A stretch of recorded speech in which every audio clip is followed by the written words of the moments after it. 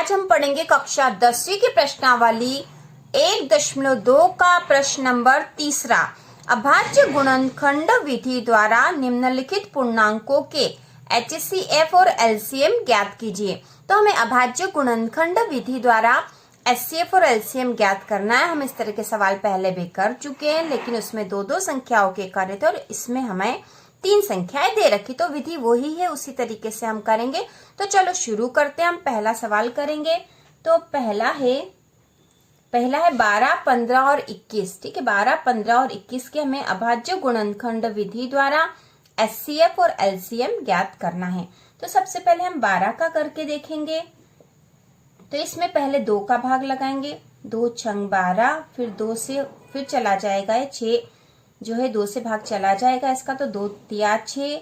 अब 3 में भाग जाएगा 3 का, तो 3 एकम 3। ठीक है, उसी प्रकार अब हम 15 का करेंगे। 15 में 2 का भाग नहीं जाएगा, तो 3 का करेंगे। 3 पंजे 15। ठीक है, 5 आया, अब इसमें 5 का ही जाएगा, तो 5 एकम 5 हो गया। उसी प्रकार अब हम 21 का करेंगे। तो 21 में 2 का भाग नहीं जाएगा, 3 का करेंगे। 3 7 तो 21। 7 में केवल 7 का ही भाग जाता, तो 7 एकम 7। तो अब हम इनके अभाज्य गुणनखंड लिख देते हैं। तो ये 12 है, तो 12 के अभाज्य गुणनखंड हमें प्राप्त है 2 गुणा 3, या फिर इसे हम लिख सकते हैं 2 का वर्ग गुणा 3। इस प्रकार भी हम इसको लिख सकते हैं। अब हम 15 के अभाज्य गुणनखंड लिखेंगे। तो 15 के हुए 3 गुणा 5। ठीक है, उसी प्रकार 21 का लिखेंगे। तो 21 के हुए हैं 3 गुणा 7। ठीक है, तो अब हमने इनके अभाज्य गुणनखंड लिख दिए हैं। अब हम HCF और LCM निकालते हैं। तो HCF पहले निकाल लेते हैं और फिर हम निकालेंगे LCM। तो HCF तो जो संख्याओं के जो अभाज्य गुणनखंड आए हैं उनमें जो कॉमन संख्या आएगी जो सभी में है वही उसका HCF होता है। तो यहाँ पे देखो, यहाँ 2 है। ठीक है, इन दोनों में 2 नहीं है। उसी प्रकार यहाँ पर 3 है। ठीक है, 3 है, इसमें भी 3 है और इसमें भी 3 है। मतलब 3 जो है तीनों में ही कॉमन फैक्टर आ रहा है। तो यहाँ पर जो इसका HCF होगा वो 3 होगा, इसके अलावा कोई संख्या नहीं है। अब LCM निकालेंगे। तो LCM तो जो संख्या कॉमन आ रही है उसका जो सबसे बड़ा घातांक है वह लेते हैं। तो यहाँ पे 3 नहीं है। ठीक है, बिना कॉमन वाली संख्या भी इसमें आएगी, जैसे 2 यहाँ पर है। ठीक है, तो 2 का वर्ग है, तो यही सबसे बड़ा घातांक है। यहाँ पर 2 नहीं है, यहाँ पर भी नहीं है। ठीक है, तो 2 का वर्ग हम ले लेंगे, 2 का वर्ग। ठीक है, गुणा, अब यहाँ पर 3 है। 3 का सबसे बड़ा घातांक क्या है? तो 3 का सबसे बड़ा घातांक सभी में घात एक ही है। ठीक है, एक ही है। 3 एक ही बार लिखा हुआ है, इसलिए हम 3 को लिख देंगे यहाँ पर ऐसा ही। उसी प्रकार अब क्या बचा है? 5 बचा है। तो 5 केवल इसमें और इसका सबसे बड़ा घातांक 5 की घात 1, मतलब 5 खुद ही है। ठीक है, उसी प्रकार अब बचा है 7। तो 7 में भी हम 7 ही लिखेंगे क्योंकि 7 एक ही बार है। तो इस प्रकार हमने हर संख्या को देख लिया। सबसे पहले हमने 2 को देखा। तो 2 का सबसे बड़ा घातांक मतलब 2 की घात 2 है, तो यही हमें लिखना है। ठीक है, उसके बाद की संख्या जैसे 3 है, तो 3 तीनों में है और इसका सबसे बड़ा घातांक क्या है? केवल 3 की घात 1। ठीक है, 3 की घात 1 ही है सब में, मतलब 3 अकेला ही सब में है, एक ही है वो। तो हमने 3 ले लिया है। इसके बाद 5 देखेंगे। तो 5 केवल 1 में ही है, 15 वाले अभाज्य गुणनखंड में ही 5 है, तो 5 को हम वैसा ही लिख लेंगे। और अब बचा है 7, तो 7 को भी हम वैसा ही लिखेंगे। तो इस प्रकार हम इसका LCM निकालेंगे। तो यहाँ पर हम 2 को फिर से सही से लिख देते हैं, 2 गुणा 2, क्योंकि अब हमें गुणा करना है। गुणा 3 गुणा 5 गुणा 7। तो 2 का 2 में करेंगे तो 2 दूनी 4, 4 का 3 में करेंगे तो 4 तिया 12, 12 का 5 में करेंगे तो 12 पंजे 60 हो जाएगा, और 60 का 7 में करेंगे तो 6 7 तो 42, मतलब 420 आएंगे यहाँ पर। इस प्रकार हम इसका जो है HCF भी हमने निकाल लिया। HCF हो गया है 3। ठीक है, LCM हो गया है 420। तो यहाँ पर हम इसका उत्तर लिख देते हैं। यहाँ पर हो जाएगा उत्तर बराबर HCF बराबर 3, LCM बराबर 420। अगला सवाल है, इसी का अगला है सेकंड वाला। 17, 23 और 29 3 संख्याएं हमें दे रखी जिनका हमें HCF और LCM अभाज्य गुणनखंड विधि द्वारा निकालना है। तो चलो निकालते हैं, तो इसको हल करते हैं हम। सबसे पहले 17 का निकालेंगे, तो 17 का देखो 17 जो है अभाज्य संख्या है, इसमें 17 के अलावा और किसी का भाग नहीं जाता, तो 17 का ही जाएगा। 17 एकम 17 हो जाएगा। उसी प्रकार जो 23 है यह भी एक अभाज्य संख्या और इसमें भी 23 के अलावा किसी का भाग नहीं जाएगा। उसी प्रकार 29 भी एक अभाज्य संख्या है जिसमें 29 के अलावा और किसी संख्या का भाग नहीं जाता है। तो इस प्रकार ये तीनों ही अभाज्य संख्याएं हैं। तो जब हम इनके अभाज्य गुणनखंड लिखेंगे 17 का, 23 का और 29 का, तो हम इसको 1 गुणा 17 लिख देंगे, क्योंकि 1 और 17 के अलावा और इसके कोई गुणनखंड नहीं होंगे। ठीक है, अभाज्य गुणनखंड और नहीं होंगे, हमें 1 भी लिखना पड़ेगा, क्योंकि हमें ये भी पता है कि हमें एचसीएफ और एलसीएम निकालना है, तो कॉमन फैक्टर निकालना पड़ेगा। तो 1 गुणा 23 यहाँ लिख देंगे और इसी प्रकार 29 में 1 गुणा 29 लिख देंगे। बाकी संख्याओं में हमें 1 लिखने की आवश्यकता नहीं पड़ती, क्योंकि उसमें दूसरे कॉमन फैक्टर होते हैं, लेकिन ये अभाज्य संख्या कोई कॉमन फैक्टर नहीं है। ऐसी स्थिति में हम 1 को हाईएस्ट कॉमन फैक्टर निकालेंगे, क्योंकि इनमें कोई कॉमन फैक्टर नहीं। तो इस प्रकार एचसीएफ और एलसीएम जब हम निकालेंगे तो एचसीएफ हाईएस्ट कॉमन जो फैक्टर है, तो ये सब तो अलग है, तो यहाँ पर हम हाईएस्ट कॉमन फैक्टर हम लिखेंगे 1, क्योंकि इसके अलावा कुछ नहीं है। उसी प्रकार एलसीएम निकालने के लिए 1 तो लिख ही देंगे, उसके अलावा आ जाएगा 17 गुणा 23 गुणा 29, क्योंकि सबकी 1 घात है सभी में। तो इस प्रकार 17 गुणा 23 गुणा 29 का हमें गुणा करना पड़ेगा।